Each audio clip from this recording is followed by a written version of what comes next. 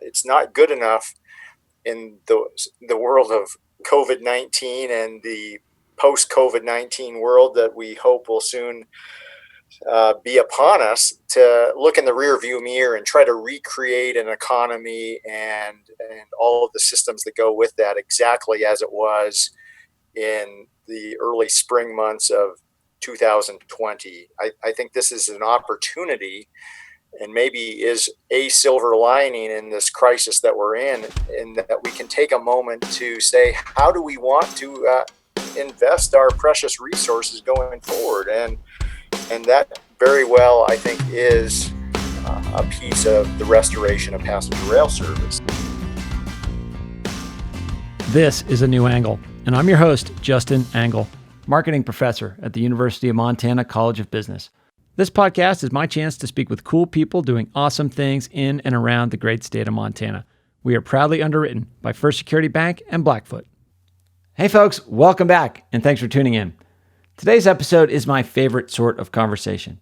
I went into it knowing very little, if anything, about the topic, and I learned a ton and ended up having a ton of fun doing it. That topic is the effort to resurrect passenger rail service in southern Montana. This has long been a vision of Missoula County Commissioner Dave Strohmaier, and Dave's teamed up with Jordan Hess, Missoula City Councilman and Director of Transportation at the University of Montana, along with Jim Matthews, President and CEO of the Rail Passengers Association, to advance a serious initiative to make this happen. And they make a strong case, starting with a history of passenger rail in Montana and moving through the various public benefits of such an investment. It's refreshing in this time of political gridlock and economic uncertainty to think of bold infrastructure projects that could put people to work and improve equity in our society. As I said, I learned a ton in this conversation, and I hope that you do too. And please note that we had some trouble with Dave's audio in the first 10 minutes. It improves after that, and I hope you stick around to hear what these fellows have to say right now. Okay, so we're here today with Dave Strohmaier, Jim Matthews, Jordan Hess. Fellas, thanks for coming on the podcast. You Happy bet. Thank you. Thanks for having us. Yeah, so you are the dream team, part of the dream team that's trying to bring passenger rail back to southern Montana. We're going to talk about all of that. But first of all, I'd love the audience to know a little bit more about who you are. Dave, one of the Missoula County Commissioners. Tell us what that job is, what it means, why you're working on this challenge. You bet. So county commissioner in the state of Montana is a blend of both the executive and legislative branches of government. So think about a typical city council and mayor. Those are rolled into one by way of county commissioners in this state. So we do both jobs. Why rail? Transportation is really part of the fabric of what knits together our communities, both here in my own Missoula County, but across the region and nation. And I think over time, many of us have realized that a real missing component of a robust transportation system, economically and socially, is passenger rail. And that's something that we are hoping to attain. Super. Okay. Well, Jim, let's move on to you. Jim, you are the president and CEO of the Rail Passengers Association. First of all, what is your organization all about? And how are you involved in this effort in Montana? Hi. So, the Rail Passengers Association is the nation's oldest and largest advocate for passenger rail and public transportation and what's called first mile, last mile, how you get to and from the station. Okay. We've been around more than 50 years. We actually helped to create Amtrak back in the day, and we're still out there fighting for passenger rail and transit and everything in between in public transportation. And we do it because we think that it makes communities safer and healthier and better. We have tens of thousands of members all across the country. These are individual members, volunteers, and what we do is we do the research and the analysis to help them advocate for rail in their communities, so they can go visit with their mayors or their county commissioners or their senators or anyone else and make the case for passenger rail where they live. And where are y'all headquartered? we are based in Washington, D.C., and we have folks all over the country, as I say, but we're primarily based in Washington, D.C. Super. Okay, Jordan. Jordan Hess with Missoula City Council, as well as Transportation Office at the University of Montana. Welcome to you, Jordan. Tell us how you fit into this picture. Yeah, thanks a lot, Justin. I guess first and foremost, I am a transportation enthusiast. All forms of active and sustainable transportation. In my day job, I'm the director of transportation at the University of Montana under the Associated Students of the University of Montana.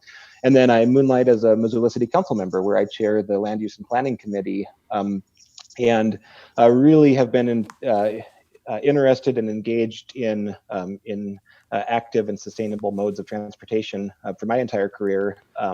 I work in transit as my day job, and I think transit, as well as long distance passenger rail, really is the great equalizer in our society. We can bring people together in a sustainable mode of transportation that is community oriented, that is good for our communities, good for our climate, and good for our society. So real excited to be part of the team here. Awesome. We're going to talk about all of those motivations and more as we go through this conversation. Before we do, kind of a little table setting and a little history. And I think about my personal experience with kind of the lack of passenger rail here in Montana. I moved here from Seattle in 2012. And at that time, during my time in Seattle, they were kind of nowhere with passenger rail. And then really started to ramp up. And in the last, 8 years, since I've been going back to visit, how light rail has transformed getting around in that city that was previously really difficult to get around. And it's still difficult to get around in if you're driving. But on the rail, it's really quite easy and quite a good experience.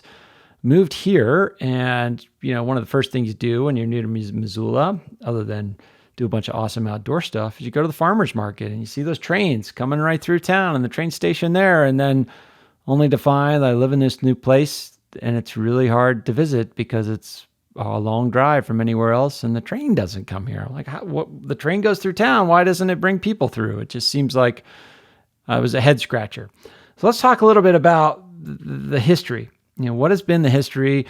I see the word restore features prominently in the language of your effort. That means that passenger rail at one time was here, presumably. Talk about that and talk about why it's not here now. David, maybe start with you. Yeah, absolutely. And it truly is a matter of trying to remember where we've been in the past as a guide to where we might go into the future. Until 1979, we had passenger trains, Amtrak service right through Missoula, Montana. You could jump on a train at the north end of Higgins Avenue and go to points east and west, be that Seattle, Portland, or Minneapolis, St. Paul, and Chicago. And that was a component at the time of a much more robust passenger rail system that we had throughout the state. Mm-hmm. So we have the remnant empire builder along the High Line still, and that is an offshoot of the Great Northern Railway that was established clear back in 1893. Our first passenger trains followed upon the completion of the Northern Pacific Railroad through the southern tier of the state, and that includes Missoula. So, Jim, as part of a national organization, that this loss of passenger rail in southern Montana, is that consistent with some national trends that were going on at that time?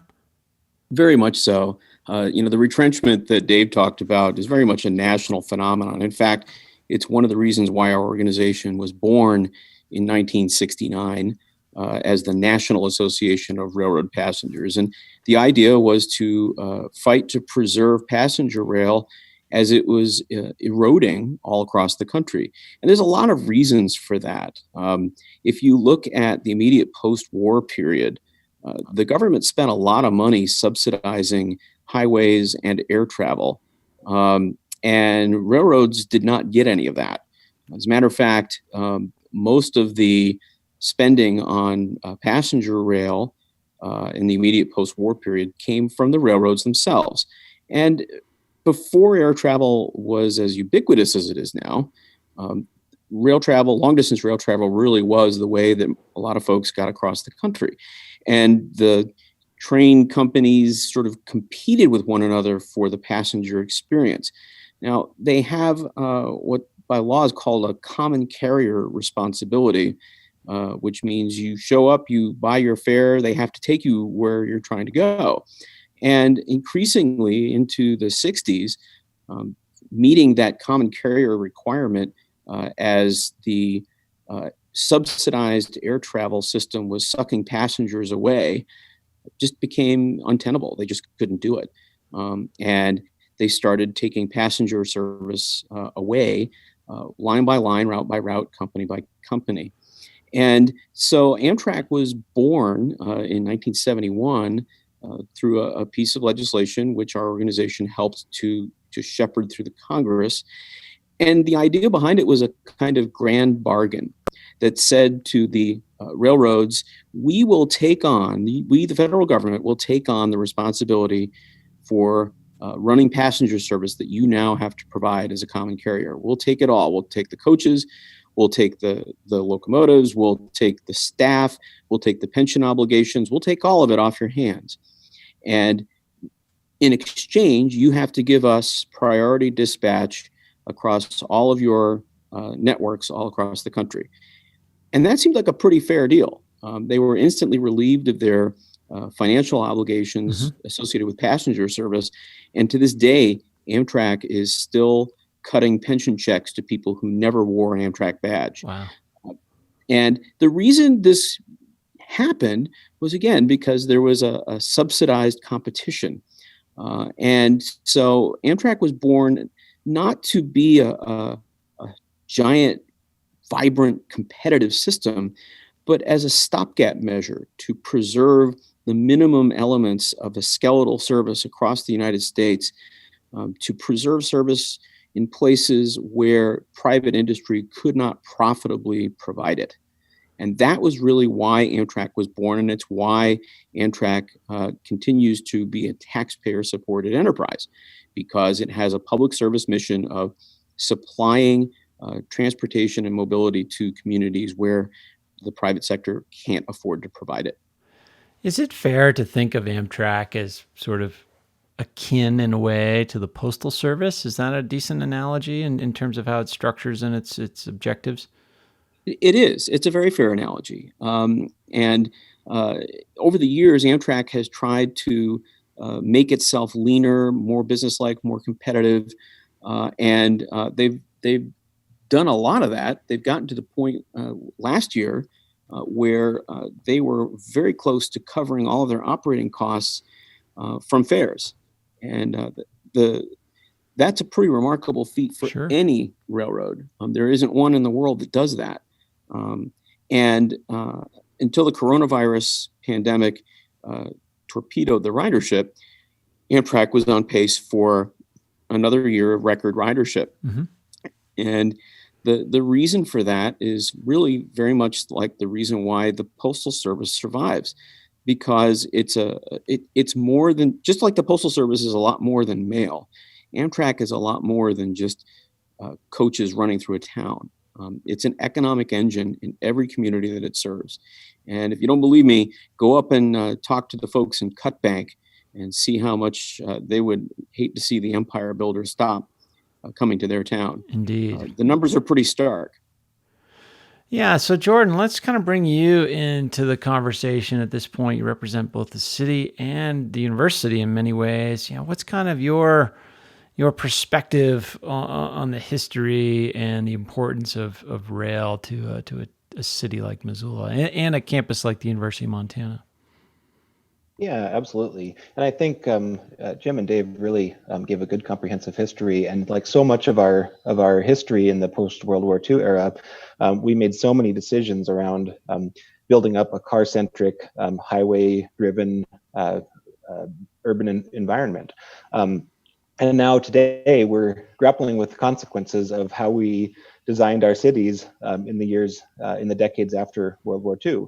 And as Jim said, the subsidization of highways and of automobiles and of our street network led to some real consequences that we're working through now. So I think now, in an urban setting, we have new urbanist movements, we have traditional neighborhood design. We're really being critical about how we're designing our streets and our neighborhoods. We're designing at a more human scale, and we're really trying to reframe how we live in cities. And I think the long distance rail travel is a natural extension of that. It is, to me, it's a priority moving forward because it is, it's a convenient, efficient mode, and it's good for our health, it's good for our environment, and it's good for our communities. So, a lot of reasons why we got to where we are, but as we pivot on so many issues relating to, design of our communities, relating to climate resiliency, it's part of the solution moving forward. Yeah, let's tease out some of those reasons why. I mean, you mentioned community health, you mentioned sustainability. I mean, what are some of the primary arguments in favor of rail? I mean, I think of it like here in Montana, we got a lot of wide open spaces. People love to drive around in their trucks and, be sort of free to do that. There's a little bit of a libertarian spirit. Rail seems in conflict with some of that spirit. Let's make the case for why it is a good choice for Montana. Jim, I see that you have some thoughts on this. Well, for one thing, there are plenty of people who simply aren't able to drive a pickup truck. And when grandma is in a wheelchair with oxygen, she still has the right to move around the state. Sure. And she can't fly. You can't bring medical oxygen on an airplane. And we certainly don't want grandma with her cataracts driving in a truck 75 miles an hour down a highway. That's for sure. So, it's a little bit of a facetious point, but in a way it's not. A lot of Amtrak's ridership, an outsized share of Amtrak's ridership, is the disabled and the elderly, people who really can't travel in any other way. So that's one big piece of it. The other is that the statistics are pretty clear that driving is about 17 times more dangerous than riding in a train. And so if you figure in the cost of road fatalities, road maintenance, and wear and tear, and the ability to travel through bad weather, not as if Montana ever gets bad weather on the highways. No, we're not familiar with that. No. But, trains can go and others can't. And that helps to keep economies moving. So there are so many reasons like that that we can point to, whether it's the environmental piece, the mobility piece, the economic development piece. On almost every measure, rail tends to win if you pull apart the sort of the romantic notion of a big steam engine blowing steam and start to look at the practicalities of linking dozens of communities together with a single train and a single crew. It's very efficient, it costs less money per passenger, and it's better in bad weather, and more people can travel. So it really does turn out to be a smart thing to do and not just a fun thing to do. Yeah, Dave, let's bring you back into the conversation here. Kind of chime in on some of those ideas that Jim just put out there as far as how, why did this argument kind of draw you in? Why did you decide, because you've been working on this project for a long time. Why did you decide to kind of stake your claim here? Yeah, all the reasons that Jim mentioned are absolutely salient and are ones that I share as common reasons why rail should be revisited as a mode of transportation. In my current role, serving as a county commissioner, and in that role, advocating for a path forward to restore rail service, I've heard from folks all across the state of Montana, from Thompson Falls clear over to Glendive. A couple examples. One hits on something that Jim mentioned from the standpoint of equity and providing transportation for folks who might otherwise not have great options. I heard recently from a gentleman over in Billings who is visually impaired and does not find air travel all that convenient, is unable to drive. And so there's a constituency, even in a sparsely populated state like Montana, who otherwise might not have great transportation options were it not for a rail connection. Another constituency that I've heard from, and this connects with the economic development front, and there you can hear a train. Yeah, did we just hear a train in the background?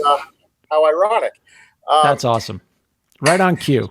So I've heard from CEOs of high-tech companies across Montana who really wish that they would have passenger rail as a way to move between their various offices within the state. And for any of us who've had the opportunity to fly and have been crammed in those aluminum cylinders, trying to conduct any real work while you're traveling via air is a challenge, to say the least. Mm-hmm. So the opportunity to actually do work while you're traveling on a train, and also use that as a means to attract a workforce that is increasingly interested in sustainable modes of transportation and living and being, is super attractive to some businesses.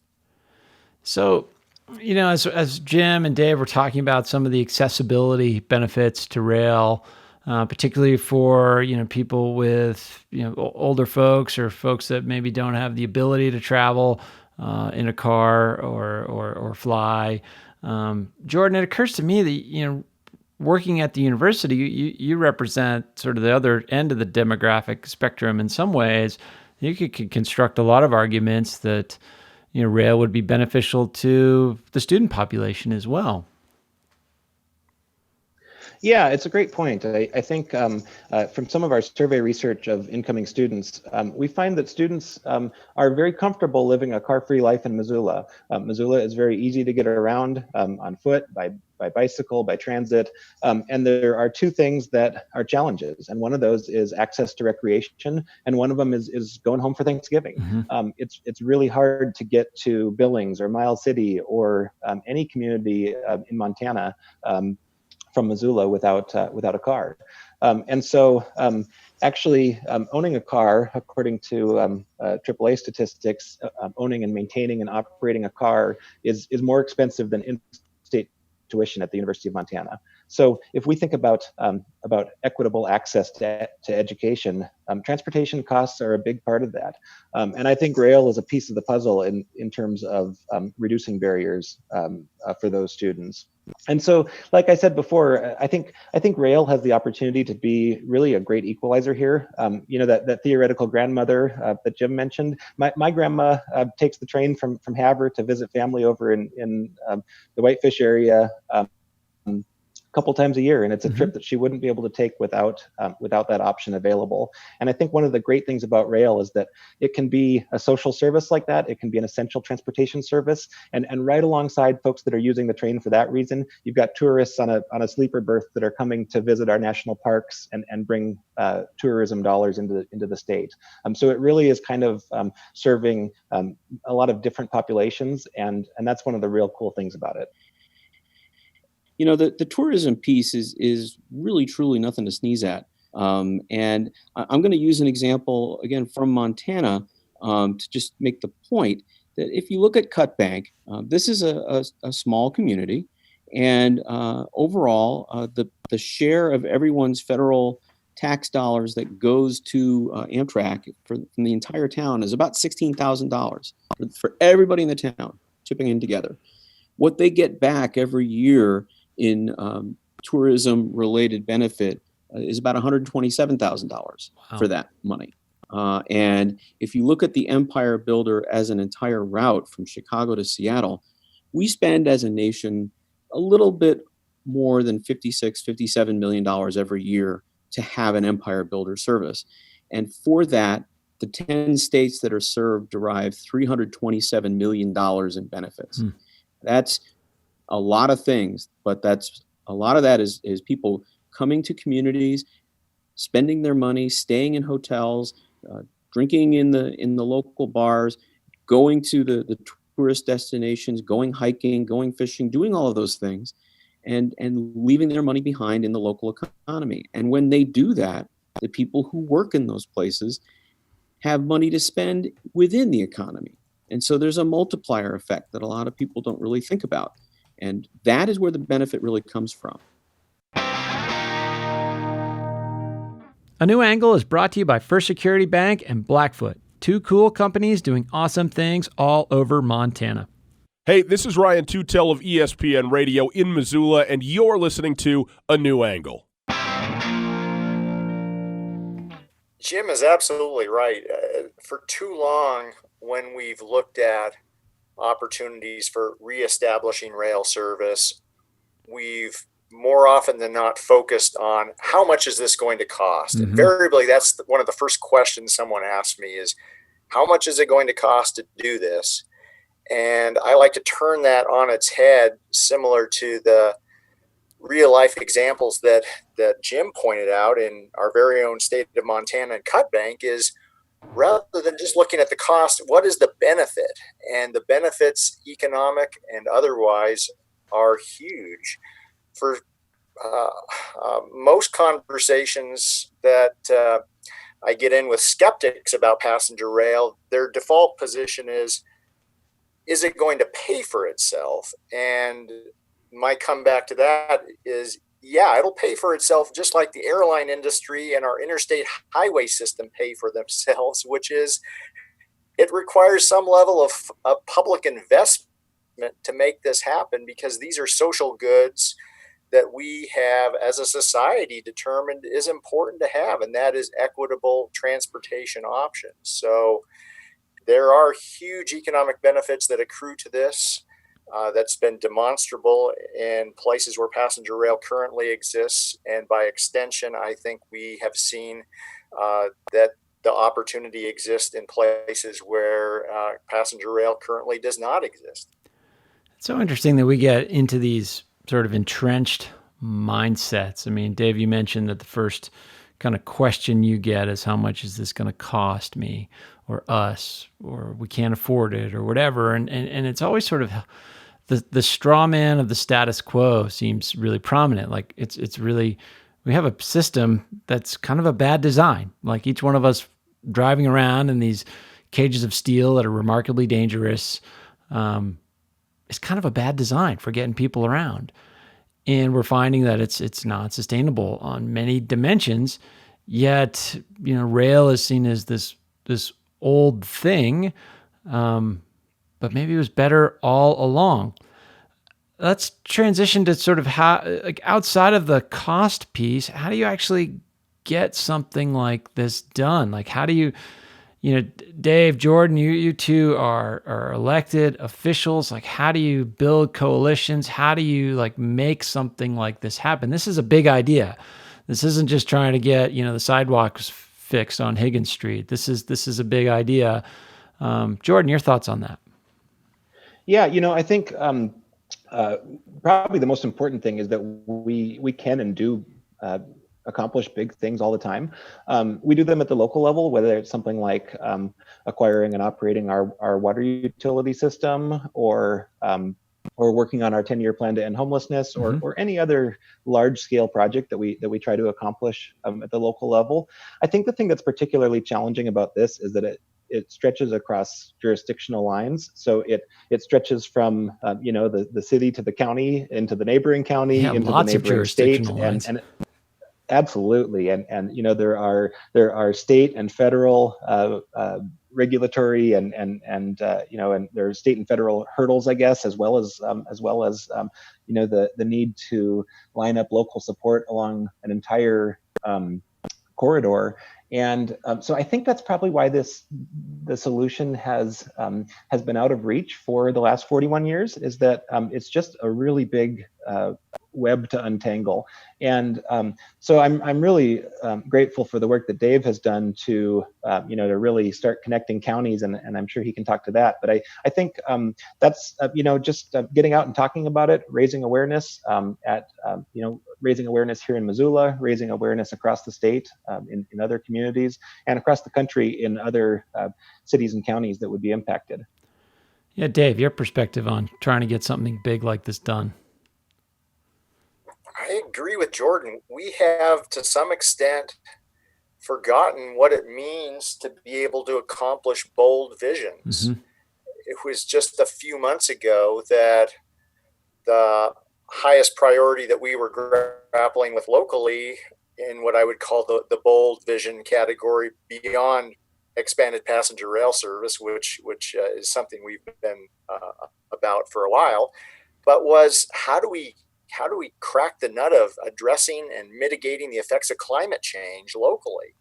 This is a big problem that extends beyond our jurisdictional borders to the national and international level. And it's something that I think many folks have felt out of reach, but many of us believe it's absolutely necessary that we need to address. Well, along comes COVID-19, and believe it or not, our nation has undertaken doing what is necessary and spending not billions or hundreds of billions, but trillions of dollars to help us navigate this national crisis. And if anything, I would hope that helps remind us that if and when we do recognize that something is necessary and important to do, we can do it. And that means at times investing significant public resources into that effort. So I think a first step in any of this is helping spark the imagination of our constituents and our friends and neighbors that collectively we can make big things happen still. Yeah. I mean, maybe when we come out of this COVID-19 situation, it'll finally be infrastructure week.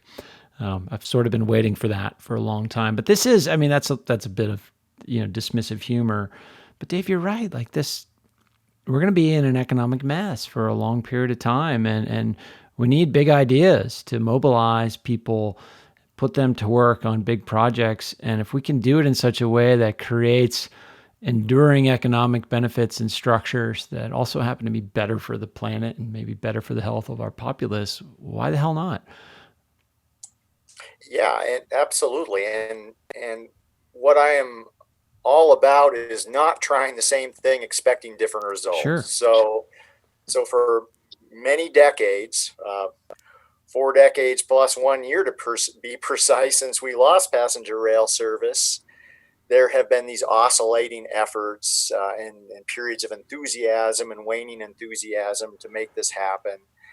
And oftentimes that's been motivated by key individuals or advocacy groups. And so the question that many of us, some of us on this call today, have been grappling with is how do we approach this differently that doesn't simply deliver the same kind of wet blanket on enthusiasm that we've experienced too many times before.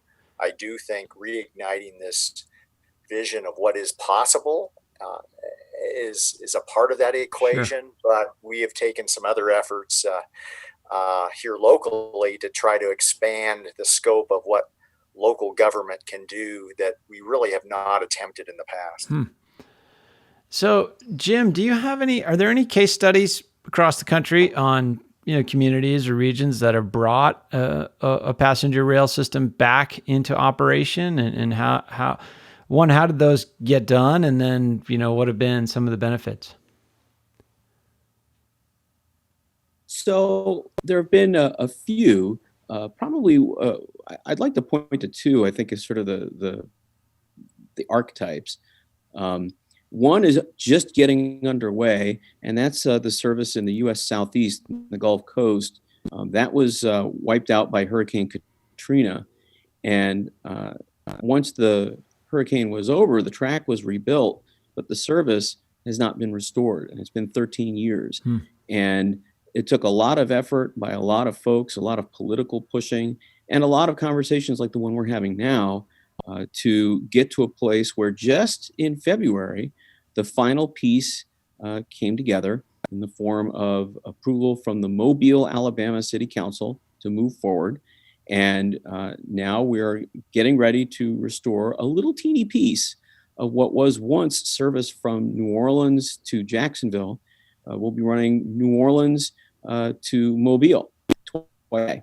And just that little piece alone is expected to generate $170 million a year worth of benefit. And they're going to spend something like $5 or $6 million to run it. So, one thing I like to say is that, passenger rail is wildly profitable. It's just not necessarily profitable to the operator. And that's what's been true when you see these services come back. If you look at in Maine, the train called the Downeaster, which runs from Maine down to Boston, it's a fairly short run, a little over 2.5 hours, and yet it has attracted billions of dollars of private capital along the route. And every one of those communities has benefited from the existence of that train, and the ridership just keeps growing and growing and growing. That was essentially the brainchild of one man in Maine, a banker, who just had a vision for bringing the service back after years of absence. And he really was just bullheaded about it as a kind of one-man lobbying shop. And here we are, close to 2 decades later, with a train that dozens of communities could not possibly live without. And so if you want to look at a smaller scale, just because it's easier to get your head around the numbers, look at a place like Meridian, Mississippi. Very small town, served twice a day by Amtrak's Crescent. And the mayor of Meridian, who went on to become the chairman of Amtrak for a little while, John Robert Smith, he essentially found $5 million in the couch cushions as the mayor to refurbish the train station into the very first intermodal station in the South. So it brought together buses and other kinds of public transportation to the Amtrak station so that people could continue their trips. And you know that has attracted 170 times the initial investment in the form of private capital and investment in the area around the station. A new opera house, new hotels, restaurants, you name it. And this is in tiny little Meridian, Mississippi. So really everywhere you look, there are examples of putting this investment in and getting back 7 times, 8 times, 10 times or more what you put in to bring the service back. There are lots of case studies out there if people would just go visit the communities and see for themselves. And so when we're talking about bringing this back, let's get a little mechanical here. I assume on this route, some of the track exists and is fully operational. Other track might need some sort of maintenance. And then we got to talk about the locomotives and the passenger cars. How is that part of the project? Yeah, how do we're not flipping the switch, we're rebuilding. What does that kind of look like in the plan? Well, I'll start, but I think Dave should fill in more of the local details. But certainly, bringing back a railroad is not easy. It's one reason why all of us as rail advocates fight so hard when folks try to take rail out of service all around the country, because once you've taken it out, it can be very difficult to bring it back. The biggest piece of the puzzle is going to be something called positive train control. Now, I won't get too wonky about it, but it is a way of ensuring that trains are maintain a safe distance from one another, and that we know where trains are, and that they don't overspeed and things like that. It's kind of the equivalent of air traffic control for trains. And that is a mandate a little over a decade ago. And there's equipment that has to be bought and put into place. And there's technical challenges with getting it going. And that's probably going to be the biggest piece that's going to have to be addressed, is ensuring that you have positive train control installed throughout the route. Now, it's being done all over the country. It's being done by commuter rails, by Amtrak, by everyone else. But it's certainly something, it's a piece of the investment that you might not have had to make 20 years ago. You certainly have to do it now. The rest of it is going to be about restoring track that may have been pulled up for trails, or the rail itself is degraded, or the ties have degraded. The ballast, which is the little rocks underneath the ties, may have degraded. So there's some construction work there that would have to be done as well. On the other hand, in a time of economic crisis, that's a stimulus. It's putting people to work. building and rebuilding and installing the positive train control systems. So there's actually something of a benefit to going through and improving that track. Sure. Dave, your thoughts? As we're thinking about stimulus and the sort of transportation system we want for the future, it really is the moment to take a hard look at how we invest those collective dollars and resources.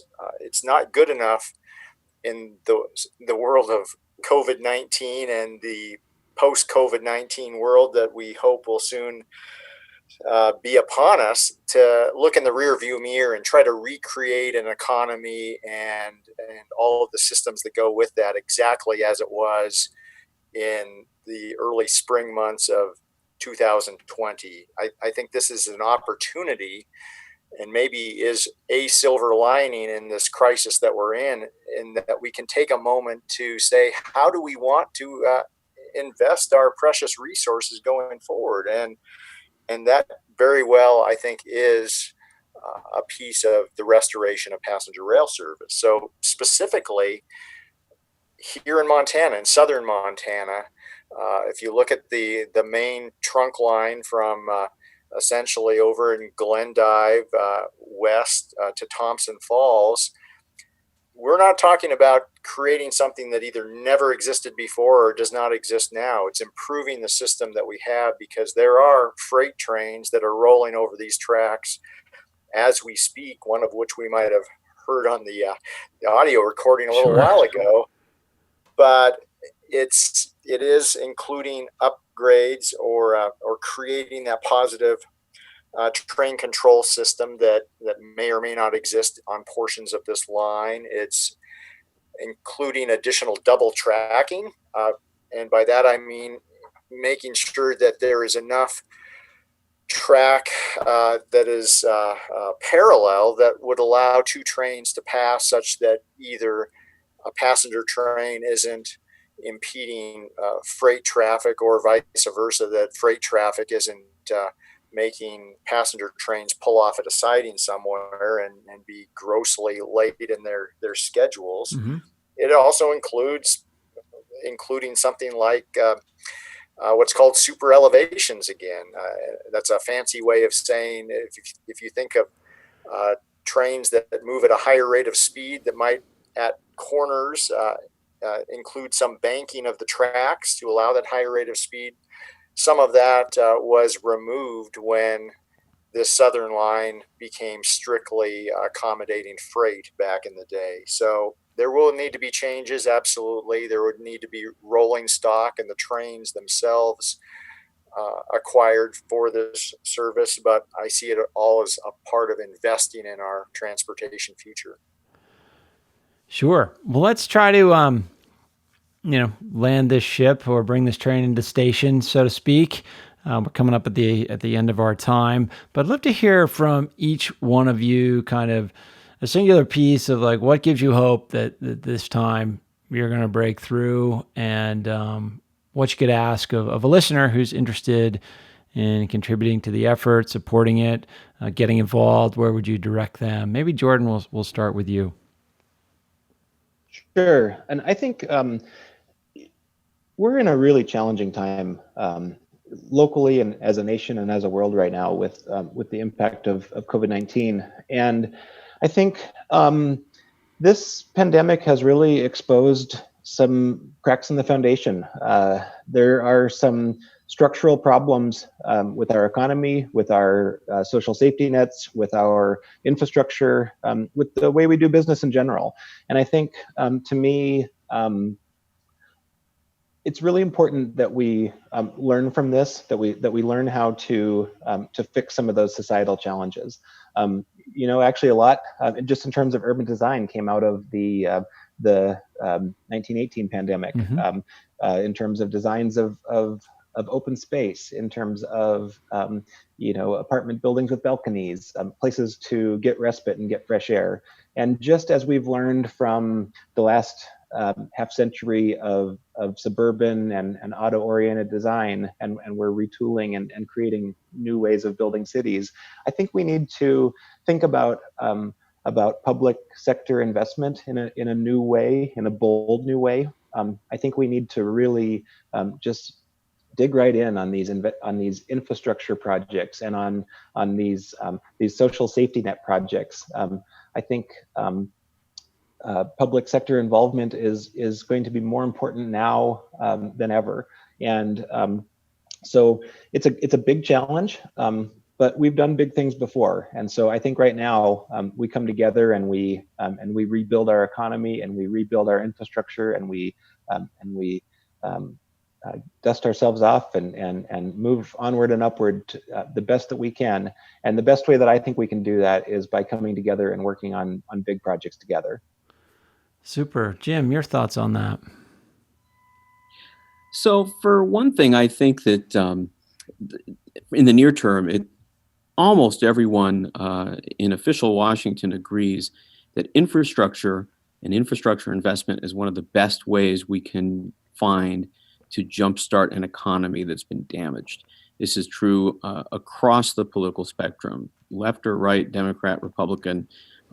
Where people differ is on the details. But we've been seeing, even before the coronavirus pandemic, that there's been an appetite for a major infrastructure investment program. The numbers have ranged from $1 trillion to $2 trillion. Before the coronavirus crisis, that was considered a breathtaking number.